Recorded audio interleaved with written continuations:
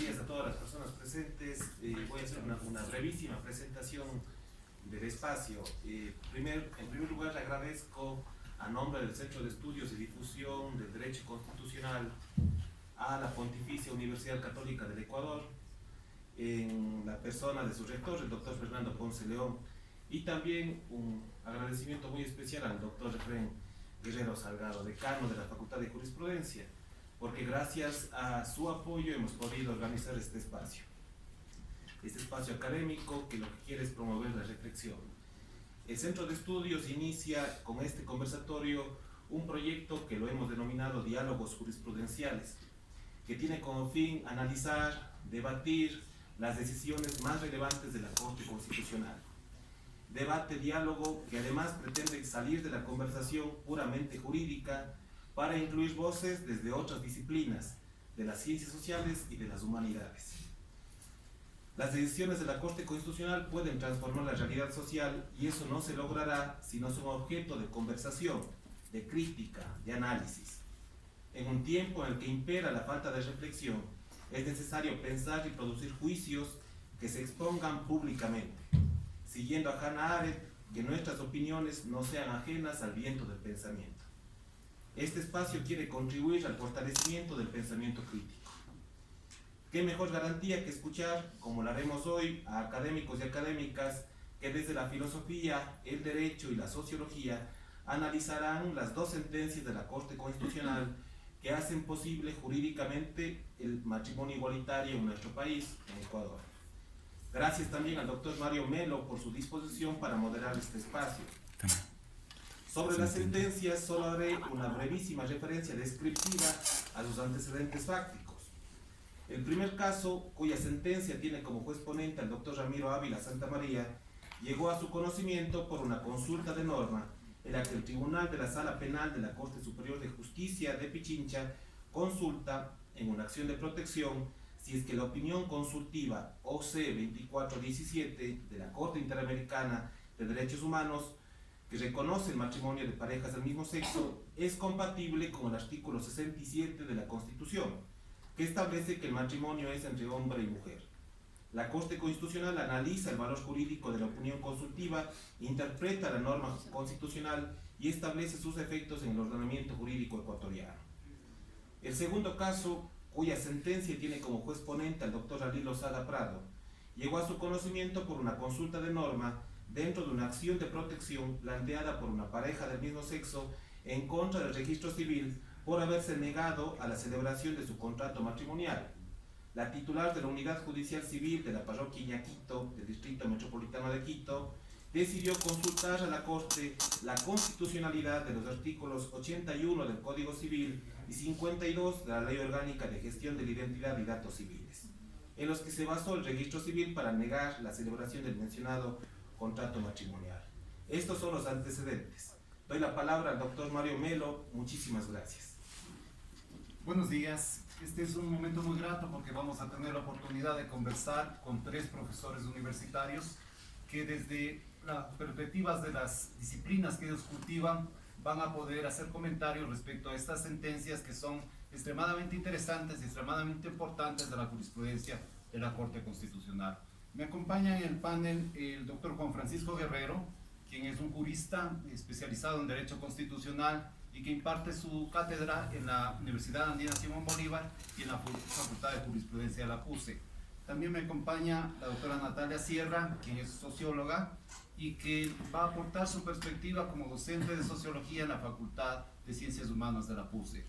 Y el doctor Alex Valle, quien es un filósofo del derecho que imparte esa cátedra en la Facultad de Jurisprudencia de la PUCE y además la Cátedra de Derechos Humanos en el IAE. Entonces doy la bienvenida y el agradecimiento a los panelistas y les voy a explicar la mecánica que va a tener este encuentro. Cada uno de los panelistas va a disponer de 15 minutos para hacer una presentación. Yo cuando falten 5 minutos les voy a avisar y luego de la intervención de los tres colegas vamos a recibir algunas preguntas por un tiempo también de 15 minutos. Y luego esas preguntas sean por escrito para poder agilizar el procedimiento de debate. Entonces, sin más, comenzamos el panel con la presentación del doctor Juan Francisco Guerrero.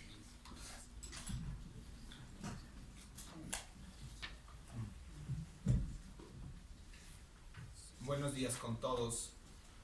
Buenos días con quienes me acompañan en el panel, Alex, Natalia, Mario. Un gusto compartir este espacio con ustedes. La verdad es que creo que es reconfortante el que se abran estos espacios de opinión sobre estos temas polémicos. Y en ese sentido yo creo que el Centro de Estudios de Difusión del Derecho Constitucional está haciendo una tarea muy apropiada. Más aún cuando tenemos una Corte Constitucional recientemente integrada y precisamente, como yo siempre digo, los jueces se legitiman o deslegitiman a partir de sus decisiones. Y sin lugar a dudas esta es una decisión que ha generado mucha polémica en la sociedad ecuatoriana. A mí me corresponde analizar la decisión desde el punto de vista jurídico. Lo primero que debo señalar es que yo no voy a realizar un análisis respecto de si conviene o no conviene el matrimonio paritario, si estoy de acuerdo o no estoy de acuerdo con el matrimonio paritario. Yo creo que desde el punto de vista jurídico este tema tiene una trascendencia y una importancia muy significativa. Quisiera empezar por el origen de estas dos decisiones, que muy bien se nos ha indicado. Ambas decisiones tienen como origen lo que se denomina una consulta de norma. ¿Qué es esto de la consulta de norma? Esto es una modalidad de control difuso de constitucionalidad que existe en nuestro país, por medio del cual cualquier juez que está conociendo una causa de cualquier naturaleza, no solo de índole constitucional, tiene la posibilidad de elevar en consulta a la Corte Constitucional cuando tiene una duda respecto de la constitucionalidad o no de una norma. Es decir, cualquier juez en las causas que conoce, civil, constitucional, laboral, penal, tiene la posibilidad, cuando identifica una norma que le genera duda respecto de su constitucionalidad, de suspender la sustanciación del proceso y enviar a la Corte Constitucional a efectos de que la Corte Constitucional se pronuncie respecto de si la norma consultada es o no es constitucional.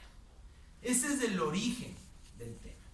Y uno de los problemas jurídicos que ha surgido a raíz de la emisión de las decisiones de la Corte Constitucional es precisamente cuáles deben ser los límites de la Corte Constitucional cuando ejerce esta atribución. Si uno revisa especialmente la ponencia del doctor Ramiro Ávila, ve claramente que encuentra un ejercicio interpretativo de una disposición constitucional y un ejercicio interpretativo vinculante que obviamente amplía el alcance del artículo 67 de la Constitución. Y finalmente emite una decisión respecto de si una opinión consultiva de la Corte Interamericana, la famosa opinión consultiva 2417, es o no es parte del bloque de constitucionalidad ecuatoriano. Yo personalmente creo que eso no se puede hacer a través de una consulta de norma. La consulta de norma no habilita a hacer interpretación auténtica por parte de la Corte Constitucional a una disposición de la misma. De hecho, ustedes deben haber escuchado en los medios de comunicación que inclusive la Ley Orgánica de Garantías Jurisdiccionales y Control Constitucional establece que para hacer una interpretación auténtica, es decir, con efectos vinculantes y obligatorios de la Corte Constitucional, inclusive se requiere una mayoría calificada de jueces. Se requiere 7 de 9 jueces.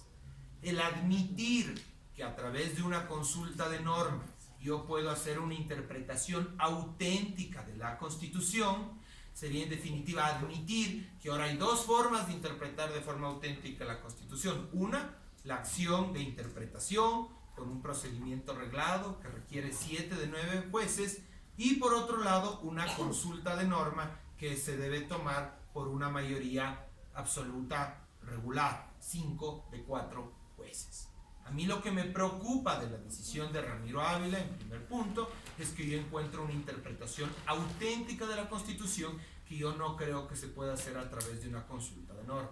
Segundo tema, ¿se puede a través de una consulta de norma establecer cuál es el carácter vinculante de una opinión consultiva?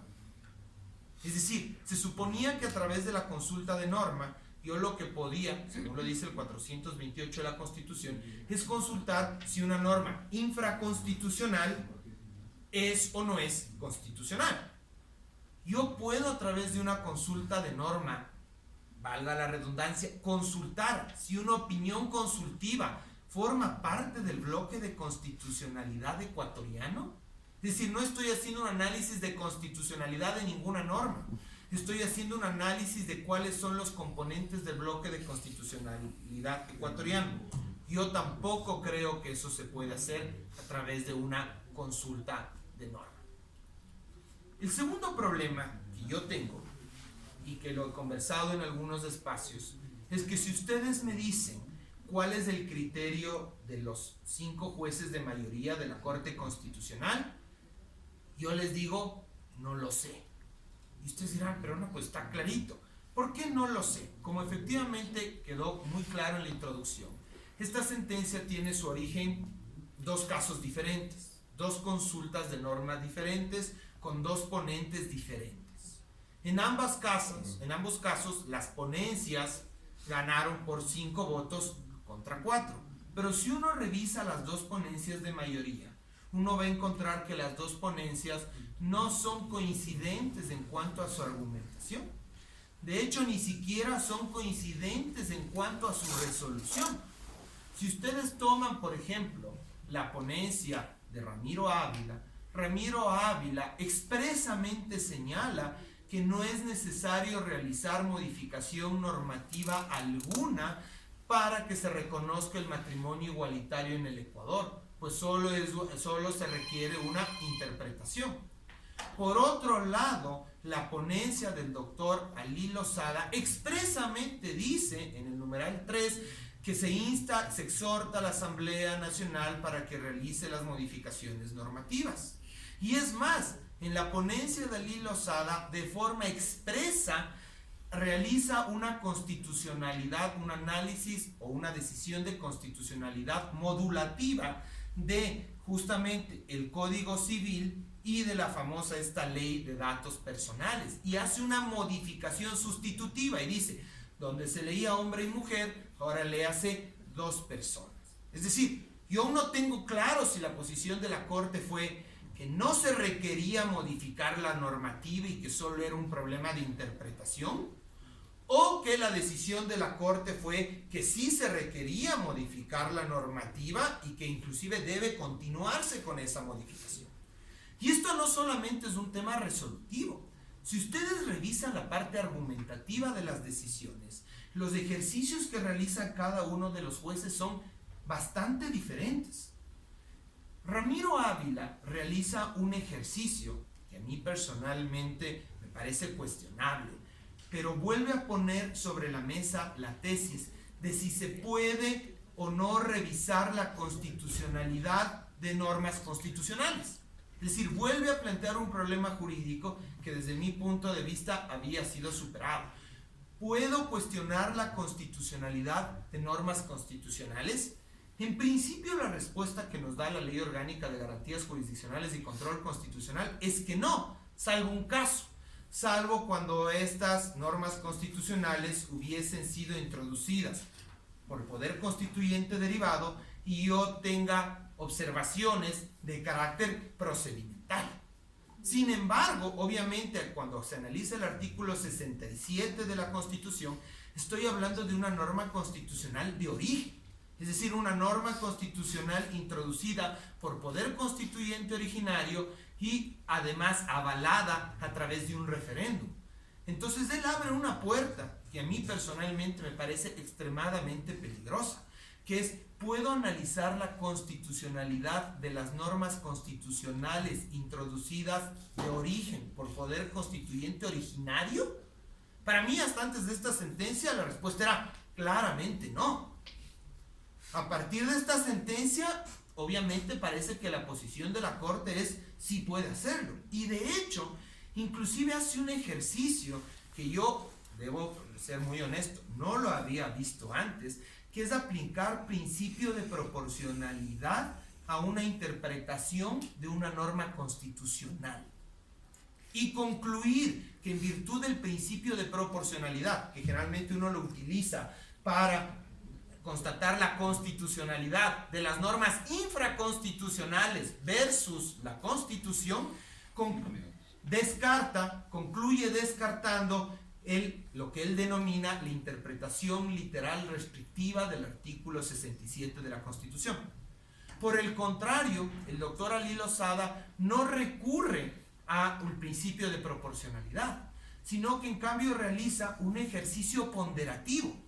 Y ahí yo debo reconocer mi absoluto desconocimiento del tema, porque él invoca y hace una ponderación y dice que el artículo 67 de la Constitución, que desde mi punto de vista era una regla, no un principio, y obviamente tú solo puedes ponderar entre principios.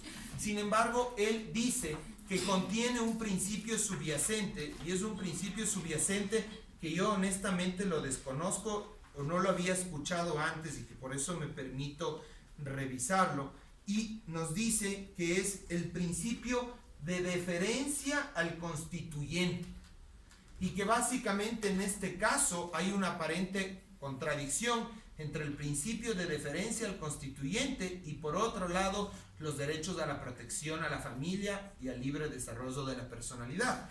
Y fruto de este ejercicio ponderativo concluye que deben prevalecer los derechos a la protección a la familia y al libre desarrollo de la personalidad. Y obviamente llega a la conclusión antedicha. Entonces, ¿cuál es la posición que tiene la mayoría de la Corte Constitucional? Yo no la conozco. Y esa es mi principal crítica. Yo creo que esta sentencia abre la puerta a lo que yo he denominado una relativización del derecho. Para mí no está claro a partir de estas dos decisiones de la Corte Constitucional cuáles son las técnicas o reglas de interpretación que la Corte va a utilizar al momento de interpretar la Constitución. Eso a mí me genera inseguridad jurídica, sobre todo por un tema. Si ustedes revisan la Constitución, nuestra Constitución tiene algo que no es muy común. Nosotros tenemos una descripción metodológica e interpretativa de cómo esta debe interpretarse. El artículo 427 de la Constitución nos dice cuáles son los métodos que debemos utilizar a la hora de interpretar la Constitución, y nos habla del método exegético literal, del método sistemático lógico, del método teleológico y, en caso de duda, el indubio pro hominem. Ramiro Ávila, por ejemplo, descarta los tres primeros y va al método evolutivo. Expresamente, método evolutivo no previsto en la Constitución, pero sí previsto en el artículo 3 de la Ley Orgánica de Garantías Jurisdiccionales y Control Constitucional. Desde mi punto de vista, no es inadecuado acudir a otros métodos diferentes a los del 427, pero sí es inadecuado acudir a otros métodos sin haber descartado previamente los establecidos en la Constitución.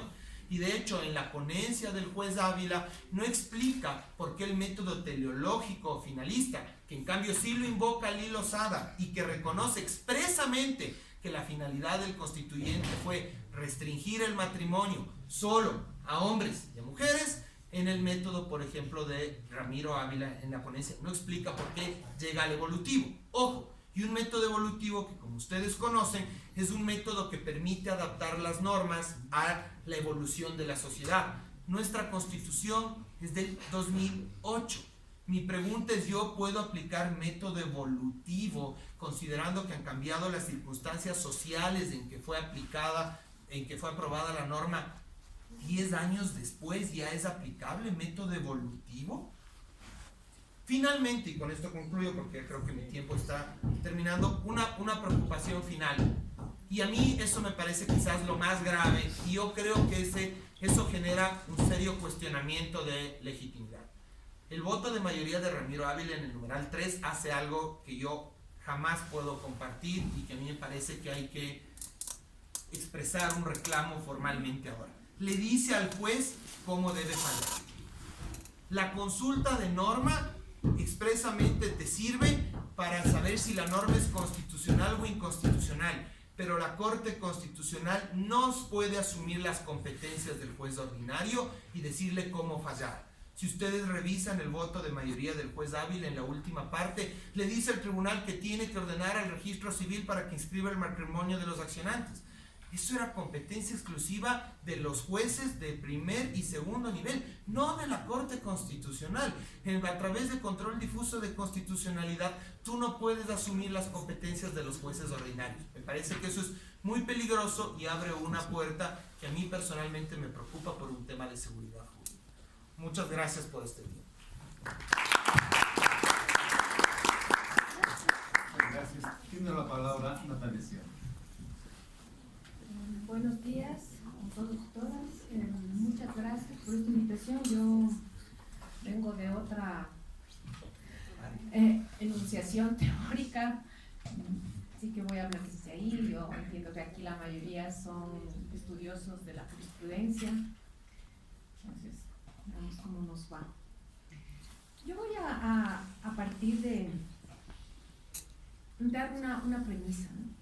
Es decir, el ser humano tiene libre albedrío, o sea, en el marco de su complejísima relación con la naturaleza, ¿verdad? Con ese marco libre albedrío. Lo que quiero decir con esto es que es el ser humano en su necesidad de construir un mundo, porque si no construye un mundo simplemente es un animal tan frágil que va a ser devorado por los otros animales. Lo que le garantiza la supervivencia es su propia debilidad, es decir, la conciencia de plenitud para que construya un mundo. Y el mundo no es más que un universo de codificaciones que le permiten pacificarse, es decir, limitar la agresión de la que han hablado muchos autores, entre esos Fox, que deben ustedes conocer, ¿verdad?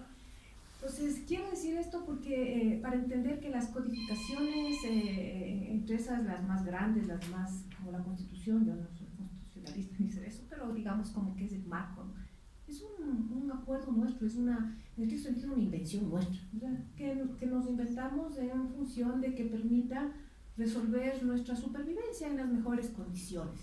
Entonces, yo quiero plantear esto porque a veces se tiende a hacer las cosas eternas, ¿no? O sea, el mismo sistema capitalista parece como eterno y absoluto, es decir, como inamovible. Es una cosa que nos inventamos nosotros, no individualmente, sí, socialmente.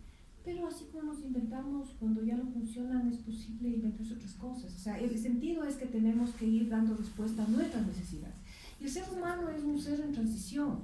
Y entonces sus demandas van cambiando porque incluso cambia la relación con la naturaleza, que sería la alteridad básica.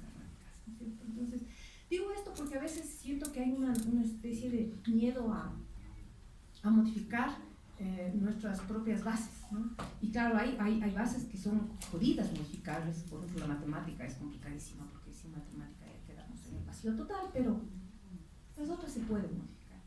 Eso primero, como, o sea, a partir de esto yo digo, en el paso de la época romana, ¿no? a la nueva época que se va a instaurar en la modernidad, después de este gran periodo denominado oscurantista, que no creo que haya sido tanto, pero digamos, yo alguna vez estuve revisando la caída del Imperio Romano, y entre otras razones, quizás una de las razones más importantes es la presencia de los cristianos, y dentro de la presencia de los cristianos es esta cosa que los cristianos comienzan a plantear, que es todos somos hijos de Dios, que es un cambio brutal en la concepción del Imperio Romano, que es lo que dicen que le hizo caer, pues. O sea, mira, un pequeño cambio en la codificación, ¿no? de pasar de que hay ciudadanos y humanos, decir y no humanos, a decir todos somos hijos de Dios, que es la base para mí de los derechos humanos, la base que viene del judeocristianismo, ¿no? Y dentro de esto de todos somos hijos de Dios hay otro código que para un filósofo eslovenio que se llama Slavoj dice que es quizás el código más violento que tiene el ser humano, ¿no? en el periodo desde el cristianismo, que funda como base de la modernidad, que es ama a tu prójimo como a ti mismo. Dice, es la ley más violenta, y la violencia de esta ley es la que expresa que la violencia de la ley, de lo que se haría en psicología el nombre del padre, ¿no es cierto?, es lo que logra parar la violencia que viene de la agresión funcional humana, ¿verdad? Porque él dice, cuando el otro es absolutamente terrorífico para otro, terrorífico. Entonces, frente al otro desconocido, el ser humano tiende a agredirle, ¿verdad? Entonces, para parar esa agresión, pues viene la norma esta, ¿no?, que ahora ya está cayéndose y que estamos en crisis, plena crisis civilizatoria, que es ama a tu prójimo como a ti mismo. ¿Por qué? Porque sí, tienes que amarle. No hay argumento, el argumento viene después, en la lógica del psicoanálisis, ¿no? El argumento es posterior. Por eso es irracional, la ley fundamental, no la política, la ley fundamental es irracional, no puedes matar. ¿Y por qué? Porque no puedes, o sea, poder sí puede, ¿no? Pero no debes. Entonces, es lo que permite en los procesos de configuración de las civilizaciones, son curvas, ¿no? Curvas que se llama de procesos de integración y diferenciación crecientes que nos sacan de la barbarie y nos llevan a procesos de pacificación. Una de las normas, dice este filósofo, básicas es al otro, al prójimo, no como a ti mismo. Es bien complicado desde la filosofía, desde la teología pensar y desde la sociología. Hasta ahora se han puesto a pensar mucho esto. Ya, yo parto de estas dos cosas para decir que a mí me parece que todo lo que permita pacificar y permita avanzar en derechos, para mí es correcto. O sea, no algo específico. Lo que permita avanzar en derechos implica avanzar en pacificación. Y en una época marcada por una violencia extrema que tiene que ver justamente con la caída de codificaciones, ¿no es cierto? El avanzar en derechos, que es ir construyendo nuevas codificaciones que permitan pacificarnos, ¿sí? Para mí es correcto. No creo que lesione a nadie. Es bien, desde mi punto de vista, ayuda a que la sociedad tienda a la pacificación.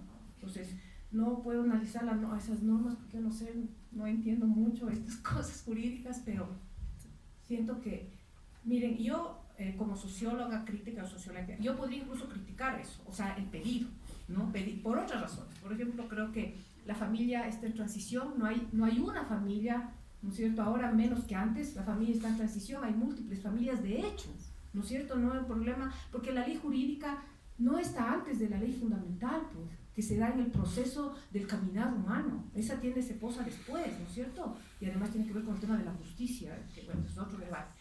Pero, o sea, ¿de qué familia estamos hablando ahora? Yo no sé, ya no podemos hablar pues de la familia nuclear, burguesa, o sea, esa ya hace rato que está en plena caída, pues, y no porque haya unos locos ahí que le quieran, es por los propios procesos, incluso del propio sistema capitalista que se encarga de, ¿verdad?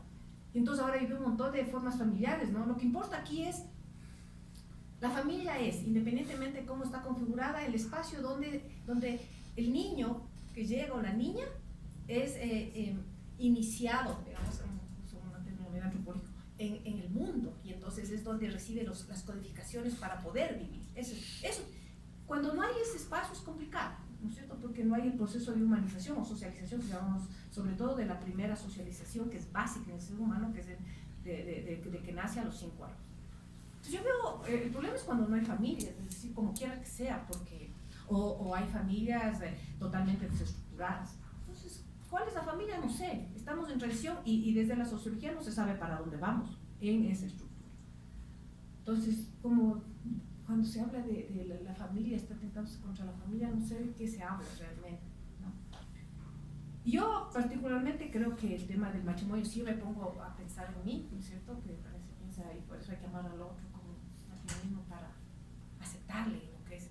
Yo nunca he creído en esa institución particularmente, me parece que no tiene mucho sentido, de hecho nunca me he casado porque no he creído, pero eso soy yo, pues, ¿verdad? O sea, a veces cuando los compañeros, porque para mí son compañeros de estos movimientos de las diversidades sexuales, yo acompañé la despenalización de la homosexualidad en los años 90, que también era una discusión, no, ¿cómo se va a era entre que eran anormales, delincuentes, ¿no? Se les mataba y todo, yo acompañé ese proceso, no soy homosexual, yo, pero estaba bien los derechos, porque esto iba a pacificar, se estaban matando, se estaba generando una cosa horrenda en la sociedad. Yo me decía, ¿por qué quieren casarse? Que se casen, ¿verdad? Que inventen otra cosa, otra institución, ellos que están, ¿no? O que no sea la misma de la heteronorma, ¿no? Entonces yo decía, ¿para qué quieren? Y luego entendí que tienen sus razones, ¿no? Una principal para mí era que para protegerse, la gente quiere protegerse, el ser humano nace solo y transitar tan difícil que es la vida, necesita estar acompañado de alguien. Y la otra ya no funciona, la nuestra, la de los heterosexuales, estamos solos. O sea, pues, inventen otra, pero después dijeron, no, es para protegerse, porque claro, cuando estamos juntos, pues uno muere y el otro, y está correcto, todo el mundo, ¿no? O Entonces, pues pensé ni siquiera eso, ¿no? O sea, si quieren casarse, que se casen. O sea, si quieren por la fiesta, está bien. O sea, ¿por qué no? ¿No es cierto? Si quieren casarse por la fiesta, está bien. Si quieren casarse porque es un ritual de paso, y eso desde la antropología, no soy antropóloga, pero los rituales de paso son súper importantes en la vida del ser humano. Justamente el momento de la crisis civilizatoria ha acabado con muchos rituales de paso y nos da más inseguridad. Y los rituales de paso son buenos. Es como salió y no sé si hizo de niño a adolescente, adolescente a adulto, así como cuando nos graduamos, ¿no? Quizás tendríamos que inventar nosotros más bonitos porque estos ya están gastados, pero los rituales de paso son necesarios. Y bueno, si es que esta comunidad quiere eso, está bien. Si eso les hace sentir, ¿a quién hace daño? Yo digo, sí, ¿a quién hace daño? Entonces, en esta discusión que yo veo que, con esto que no se puede coger a la religión como pretexto de promoción de odios a todos los seres humanos. Porque la religión, sobre todo la católica cristiana, es una religión que promueve esto. Ama al otro como a ti mismo. Y ese mandato deberíamos recuperarlo, más si estamos en una universidad católica. Recuperarlo, porque es lo que permite que el otro no se me presente de forma tan peligrosa, ¿no? Tan terrorífica que yo tenga que atacarlo. La codificación lo que hace es que nos podamos aproximar, y la aproximación permite procesos de sociedad, ¿no es cierto? Pero hay que entender que los códigos no son absolutos. Los códigos son relaciones, y con esto voy a terminar, que es más un tema epistemológico. La relación, que es el vínculo, solo se da cuando hay el previo al vínculo, que es el momento de la negatividad. La relación es esto, no es solo esto. Entonces no se puede pensar que hay un código que tiene que permanecer eterno, porque no va a permanecer eterno, por más que querramos. Y cuando no queremos sostenerlo como eterno, lo que hace es hacernos daño. Entonces hay que aprender a vivir el momento de la negatividad, y eso es lo que quiere eliminar el dominio positivista del mundo. O sea, no queremos vivir este momento. Y este momento de que se sueltan las relaciones, que es repensar el código, es el que permite construir otro código más coherente con las necesidades del ser humano en transformación. Entonces, a veces, claro, cuando yo pienso que algo que para mí se me volvió natural, me da miedo. Yo entiendo el miedo de la gente, digo, a nivel social, incluso psicológico, que se pone así miedosa de que se les permita casarse, que si yo no sé, pues se ponen con miedo porque es como, no puede ser. Es por ese miedo yo digo, es el miedo a ejercer la libertad, no la libertad mercantil. La libertad radical del ser humano que tiene que inventarse el mundo, esa es la verdadera, y es terrorífica, porque es mejor que nos den el mundo ya hecho, así como el mercado que nos da todo, hasta los deseos ya los tiene construidos. Lo jodido es enfrentarse al vacío y decir, nosotros vamos a ejercer nuestro libre albedrío y vamos a construir. Es dificilísimo construir, es miedoso enfrentar la libertad, pero siempre creo yo que lo que tiene que primar es los procesos de pacificación de la sociedad, o sea, que permitan la socialización, porque lo otro es entonces vamos a comenzar a generar odios, ¿no es cierto? Y nos vamos a comenzar a agredir más de lo que ya nos estamos agrediendo en el mundo actual. Miren cómo está el mundo actual, lleno de violencia por todo lado, lleno de odio por todo lado. Y entonces podría ser, como dice un sociólogo Mires, los estados de barbarie son necesarios en los ciclos, en los cambios de ciclos civilizatorios. Siempre el ser humano está acompañado de la barbarie, porque eso le permite caminar. El problema es que desde la barbarie podamos pasar al salvajismo. Dice, el salvajismo no hay retorno. Entonces es lo que tenemos que evitar. Y si es que esto ahorita está bien, yo a mí personalmente no me hacen daño. Si están alegres, a mí me alegra la alegría de los otros, ¿no? Cuando son formas de humanización.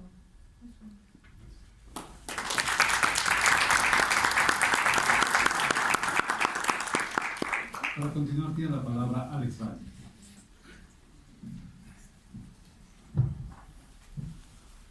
Muchísimas gracias en primer lugar por la invitación al Centro de Estudios de la Corte Constitucional, al doctor Efraín Guerrero, decano de la Facultad de Jurisprudencia.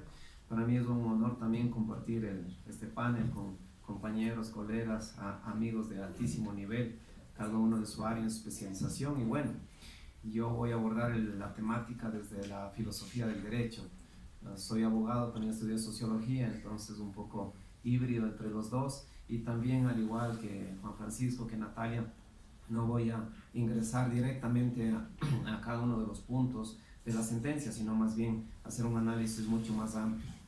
Y para comenzar, voy a comenzar con un punto fundamental que está en las constituciones de todos los países, que está en los tratados y convenios sobre derechos humanos, que está en diferentes cuerpos religiosos, ¿no? Como la Biblia, el Corán y otros, y se trata del tema de la dignidad humana, ¿no? Y quiero comenzar con la dignidad humana porque esta es la base de toda la construcción de derechos y la base de la convivialidad entre seres humanos, ¿no? Y que justamente de ahí parte como estructura fundamental el tema del respeto al otro. Pero ¿qué mismo es la dignidad humana, no? Siempre tenemos conceptos y preguntas de decir, bueno, es aquel elemento que nos hace merecedores de derecho al otro solamente por ser humanos.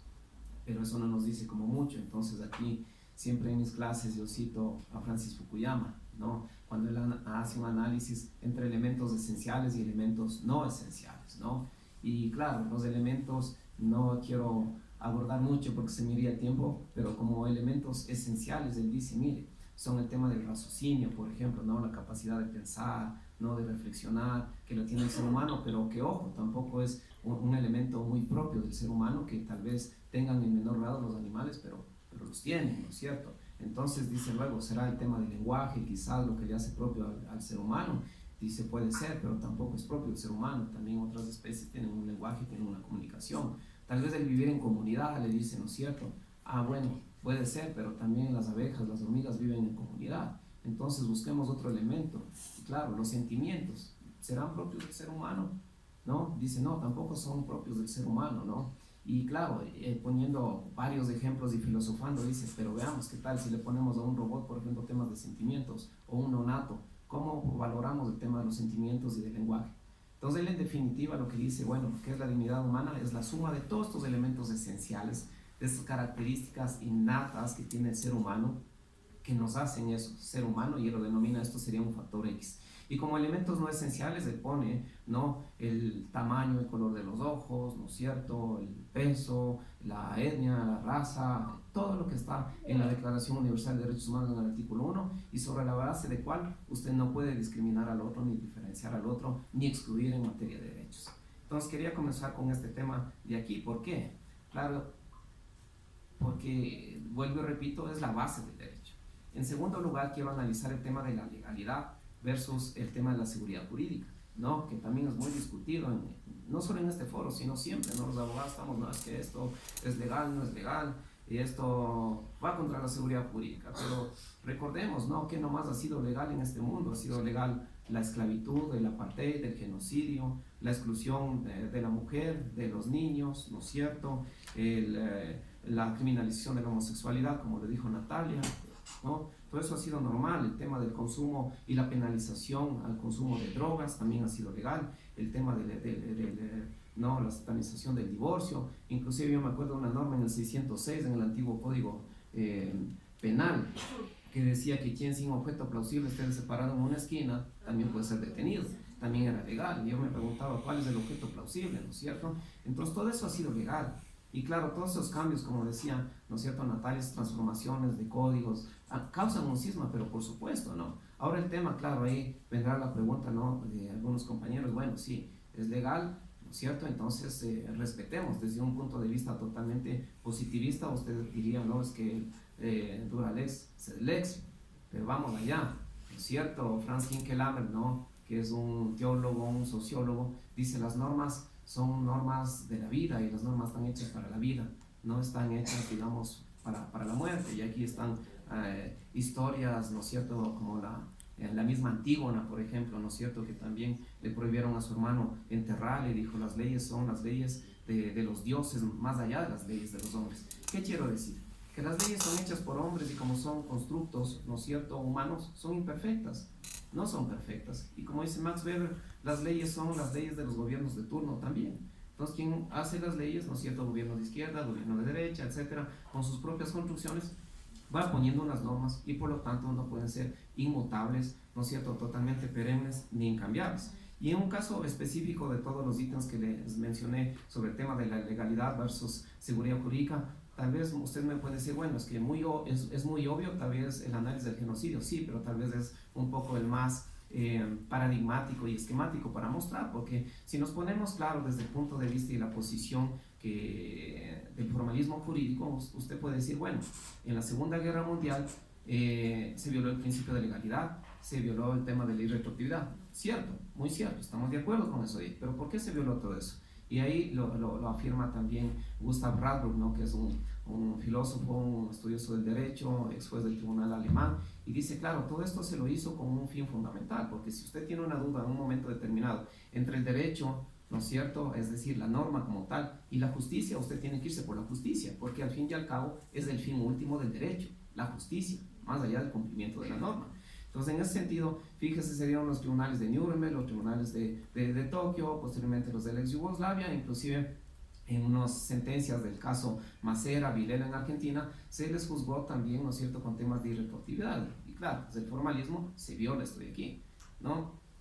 Pero, por supuesto, este tiene su razón de ser, que vuelvo y repito, ya es desde otra forma de ver el derecho, que es el tema del finalismo, que ya voy a explicar más luego. Entonces, todo esto se produce ¿por qué? Se produce por el tema de las necesidades, es decir, aquí el mismo Hans Kelsen, que en un inicio era totalmente normativista, dice en un momento determinado el derecho tiene que ser un derecho vivo, un derecho que responda a las necesidades de la gente, eso tiene que ser el derecho, ¿no es cierto? No simplemente un derecho que le pone el legislador que de pronto no tiene ni conocimiento qué es lo que están haciendo, ¿no es cierto?, las comunidades Sarayaco y demás, y sin embargo está legislando sin tener idea. Entonces este derecho de las necesidades, claro, hay necesidad de agua, ¿no es cierto? Vamos a crear el derecho al agua, hay necesidad de una libertad específica, creemos la libertad específica.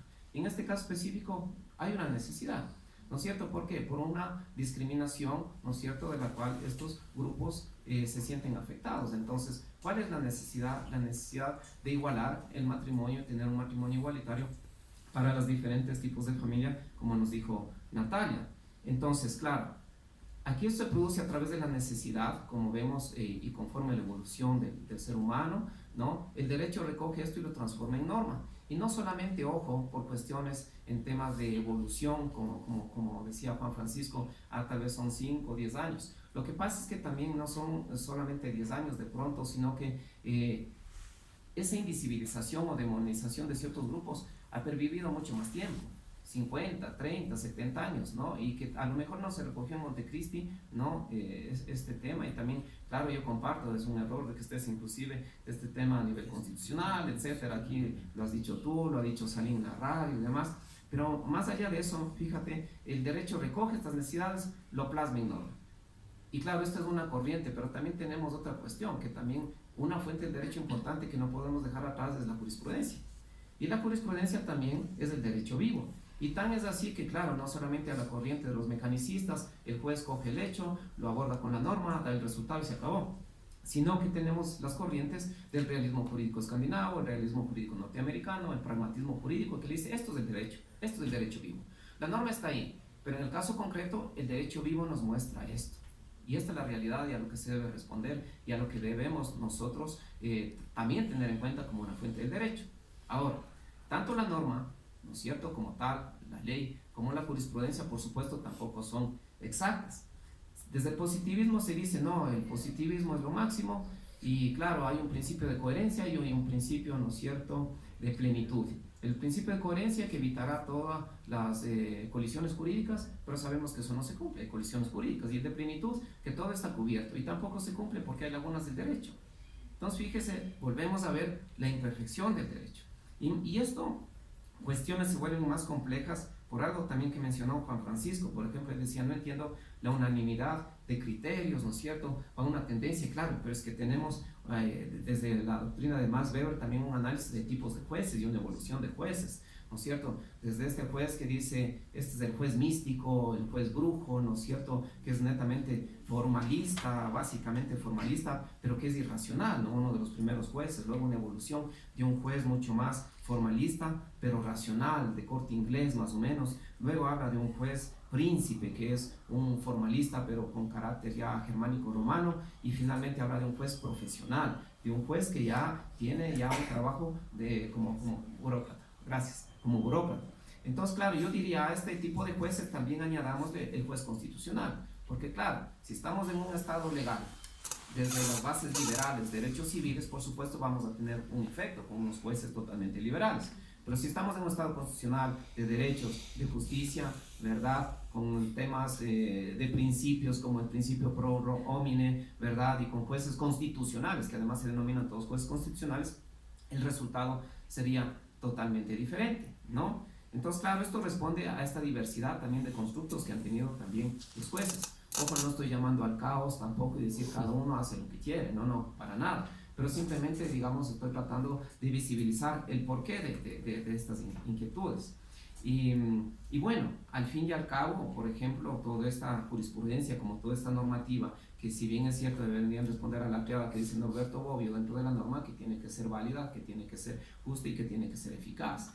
Sabemos que en el mundo jurídico hay normas injustas y están perviviendo ahí. Y nos guste o no nos guste, la tenemos que respetar. O sea, es la norma, ya yéndonos a lo positivista, toca respetar. Entonces, claro, si hay este tipo de sentencia, que hay un reconocimiento, como dice Natalia, más allá, ¿no es cierto?, del tema jurídico, que no hace daño, si más bien permite la convivialidad, ¿no es cierto?, permite tener un nuevo código, pues enhorabuena, si no hay un tipo de afectación. Entonces, desde mi punto de vista, claro, lo que se produjo es un análisis de una necesidad con base al tema macro, que es la dignidad humana, ¿sí?, que al final se presenta como una sentencia que, claro, tendrá sus imperfecciones, tendrá sus contradicciones y demás, pero está perviviendo en este momento. Fíjense cómo no es tan perfecto el derecho, que el mismo derecho plantea, ¿no es cierto?, materias como, o garantías como la misma inconstitucionalidad. ¿Por qué normas inconstitucionales? Obvio, se nos pasa, ¿no es cierto? Entonces, yo creo que simplemente existen las dos tendencias, ¿no es cierto? La una en materia de derecho, que les decía, la formalista. ¿Cómo interpreto yo un texto del legislador?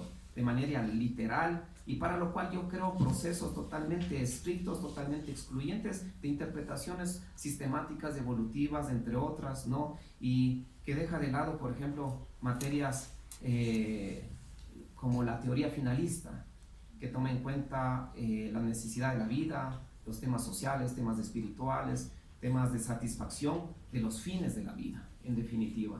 Entonces yo quiero simplemente terminar con lo que decía Franz Hinkelarme, ¿no es cierto?, sobre el tema de la maldición que pesa sobre la ley. ¿Para qué están hechas las normas?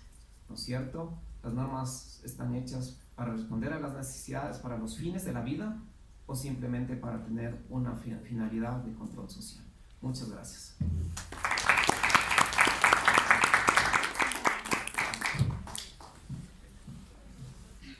Quiero agradecer mucho a los tres panelistas que han hecho exposiciones muy importantes y muy interesantes desde su perspectiva.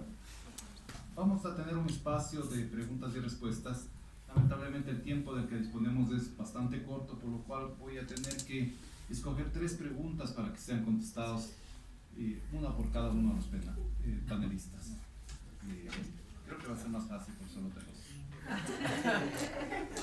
Entonces, hay una pregunta que dice: ¿en qué parte de la sentencia se declara la inconstitucionalidad de la norma constitucional?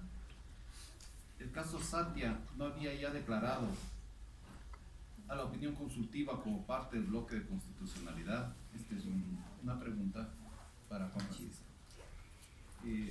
Pregunta doctora Sierra. Un argumento central en la sentencia es que los derechos humanos no pueden decidirse por mayorías. ¿Cree esa desconfianza en la democracia tiene justificación? ¿Las mayorías son irracionales? Y hay una pregunta para el doctor Valle. Esta vez hemos coincidido con el concepto de justicia de los jueces, pero ¿le parece peligroso que las decisiones se tomen por una élite epistémica y que no se promueva el debate público? Entonces esas serían las 3 primeras preguntas que llegaron, que les pediría a los colegas que las respondan. A ver, si usted revisa la sentencia, por ejemplo, del juez Ávila, precisamente él hace un análisis de constitucionalidad del artículo 67. De hecho, su análisis de constitucionalidad es tan expreso que aplica el principio de proporcionalidad, que es justamente una de las técnicas para determinar si una norma es o no es constitucional. Y de hecho, él termina descartando una interpretación del artículo 67 que él denomina casi textualmente, me parece que es literal restrictiva, en base al principio de proporcionalidad que él le aplica a la norma. Y yo no he dicho que lo declara inconstitucional a la norma, yo lo que dije fue que realiza un control de constitucionalidad de la norma. Y finalmente lo que él termina concluyendo es que la norma debe ser interpretada en complemento con la opinión consultiva 2417, es decir, termina siendo un ejercicio de interpretación auténtica de la Constitución. Si yo dije que declaró inconstitucional el 67, seguramente me hice entender mal. Segundo, efectivamente, la anterior Corte Constitucional emitió un pronunciamiento sobre la misma opinión consultiva en el caso Satia. Y de hecho yo creo que allí viene uno de los grandes temas que no se discutieron desde mi punto de vista suficientemente en las decisiones de la Corte Constitucional, y es cuál es el valor jurídico de las opiniones consultivas que emana la Corte Interamericana. Todos ustedes me imagino que están al tanto que ese no es un tema cerrado. De hecho, inclusive la propia Corte a su interior tiene opiniones diversas en ese sentido, sobre si son o no son vinculantes las opiniones consultivas. De hecho, ninguna de las, digamos, 3 proyectos de sentencia, porque también en esto yo incluyo al voto de minoría, no hace un análisis realmente profundo sobre si las opiniones consultivas deben o no deben formar parte del bloque de constitucionalidad ecuatoriano, que es un tema sin lugar a dudas muy complejo, porque recuerden un tema, y esto justo el otro día conversábamos con Efraín. Si tú aceptas que la opinión consultiva forma parte del bloque de constitucionalidad ecuatoriano, no es que tú estás aceptando que la opinión consultiva 24 forma parte del bloque de constitucionalidad ecuatoriano. Tú estás aceptando que todas las opiniones consultivas forman parte del bloque de constitucionalidad ecuatoriano. Y abrir esa puerta es complicado. Finalmente, aquí viene un tema que es interesante y que está relacionado con la propia Corte Constitucional. La Corte Constitucional tiene la obligación de observar los precedentes y las líneas jurisprudenciales de la anterior Corte Constitucional. Porque yo he escuchado este tema del caso Satia casi como un argumento de cierre. O sea, es decir, como ya la anterior Corte Constitucional dijo que la opinión consultiva es vinculante porque es una interpretación auténtica de la Convención, en definitiva, esto ya quedó así. Mi pregunta es, ¿eso quiere decir que para las Cortes Constitucionales es vinculante todo lo que dijo la anterior Corte Constitucional? Ahí sí me permite, Dios no quiera. Entonces la propia Corte Constitucional se está contradiciendo, porque de hecho toda su línea argumentativa en cuanto a los autos de admisión actuales va en su gran mayoría contra lo que hacía la anterior Corte Constitucional. Entonces a mí no me parece que ese puede ser un argumento de cierre. Como esto ya se hizo en el caso Satia, entonces ya está clarísimo que las opiniones consultivas son parte del bloque de constitucionalidad. Yo sí creo que sería sano que se abra un debate. Yo personalmente no creo que las opiniones consultivas formen parte del bloque de constitucionalidad de Ecuador. Esa es mi opinión. Pero puedo estar absolutamente equivocado. Pero yo sí creo que es necesario que la Corte vaya un poco más allá. De hecho, a mí me llamó la atención, para llegar a ciertas conclusiones, casi hicieron un análisis semántico de la palabra instrumentos. Y de hecho era curioso porque el voto de mayoría y el voto de minoría llegaban a diferentes conclusiones semánticas respecto de qué significaba instrumentos. Y ambos legitimaron con eso su decisión. A mí me parece que hay que ir mucho más allá. De hecho, tú tienes opiniones consultivas contradictorias en cuanto a son no vinculantes al interior de la propia Corte. ¿A cuál hago caso? ¿A la que me conviene? ¿A la que dice lo que yo quiero decir en el fallo? ¿O establezco un estándar? Yo creo que ahorita no tenemos un estándar.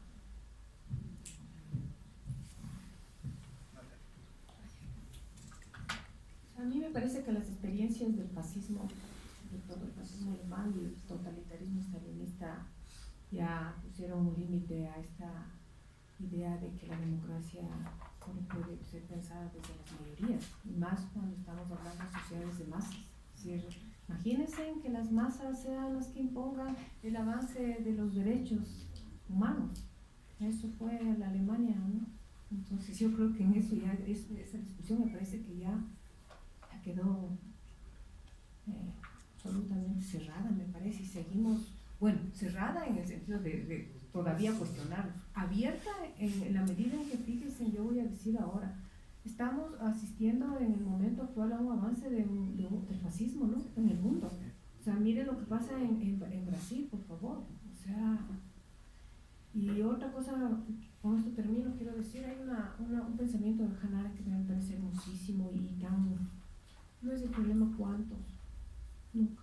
Cuando se viola derechos humanos, no es que vamos a medir si fueron muchísimos los que fueron víctimas, basta que sea un ser humano, uno, no se puede permitir. O sea, yo creo que ese es un principio ético que humaniza.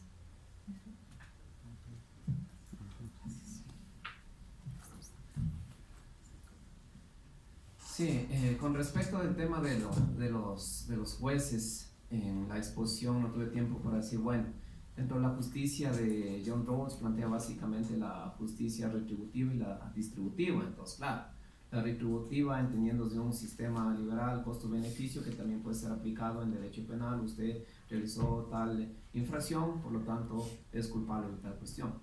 No, dentro de los derechos civiles. Pero yo pienso que también el tema de justicia distributiva, ¿no?, los jueces, especialmente constitucionales, y más en un estado constitucional de derechos y justicia, tienen no solamente la necesidad, sino hasta un cierto punto un deber de decir, bueno, yo aquí, no es que, ojo, estoy creando derechos, sino estoy reconociendo los derechos que no han sido reconocidos, y bajo este punto tienen que tener fallos. Y vemos muchos de los fallos, por ejemplo, ¿no?, con el tema de los trabajadores sin tierra, que también causó conmoción. No, que son invasiones, me están invadiendo aquí el derecho a la propiedad y tal, ¿no es cierto? Cuando en el momento pues determinado dijo, bueno, el señor que tiene 50.000 hectáreas, 200.000 hectáreas, realmente es una lesión esto al derecho a la propiedad, frente a 500 personas, 50 personas que están ahí luchando por un derecho a la vivienda, una vida con dignidad. ¿Por qué tengo que fallar, no es cierto, en ese sentido? Temas de sentencias, por ejemplo, aquí en Ecuador, que ya se están dando a nivel constitucional, y Juan Francisco conocerá más, temas, por ejemplo, de los antirretrovirales para el caso de VIH, que han ganado muchísimos, ¿no?, de estos temas para la medicina. Entonces, fíjese, pues, ¿no es cierto?, se constituye también un puntal importante en el tema de esta justicia distributiva. Ahora están saliendo temas de derecho a la naturaleza, o sea, vemos una evolución. Ahora, claro, los riesgos, en la pregunta dice, no, es un poco riesgoso este tema de las decisiones epistémicas, por supuesto, pero también, claro, tenemos jueces y jueces, como también Juan Francisco ha dicho, ¿no?, con la anterior corte, o sea, siempre hay los riesgos, ¿no es cierto? Y quizás uno de estos riesgos se incremente en nuestro país porque no tenemos aquí una formación en carrera de jueces. No tenemos. Yo tuve la oportunidad de pasar 2 meses en la Escuela de la Función Judicial y realmente es un desastre. No tenemos, digamos, una planificación totalmente correcta, adecuada. Entonces, claro, si yo soy un académico y me ponen un papel de juez, por supuesto que yo, Alex Valle, seguramente yo no tengo idea de cómo es una sentencia más allá de la sentencia que uno ha leído. Porque una cuestión es la teoría y otra cuestión es la práctica, ¿verdad? Por más que yo sea un buen teórico. Entonces yo creo que sí es necesario, precisamente para ir corrigiendo esto, tener una escuela de formación de jueces constitucionales, judiciales y demás, para que desde la práctica se vaya elevando todo estos conocimientos y se eviten cometer ciertos errores que sin duda pues pueden luego pesar en la decisión. Eso nada más. Bueno, quiero compartir con ustedes que considero un privilegio el haber escuchado las 3 ponencias. Creo que abordan una problemática tremendamente importante e interesante desde 3 perspectivas diferentes, radicalmente diferentes, ¿no?, desde lo jurídico, normativo, desde una visión desde las ciencias sociales y desde una visión de lo jurídico, tal vez desde una perspectiva más filosófica. Pero esas 3 visiones al final son complementarias, porque lo que busca el derecho, en definitiva, es la justicia, y lo que estamos discutiendo en el fondo es cuál es una realización de la justicia en relación a personas que tienen un conjunto de derechos que deben ser reconocidos y deben ser respetados plenamente por el Estado. Les quiero agradecer a todos ustedes por su presencia, a los que están personalmente aquí en el aula y todos los que nos han seguido por internet, y esperar que estos debates se sigan dando en relación a sentencias importantes de la Corte Constitucional que van a ir ampliando y profundizando la protección de la dignidad humana. Muchas gracias.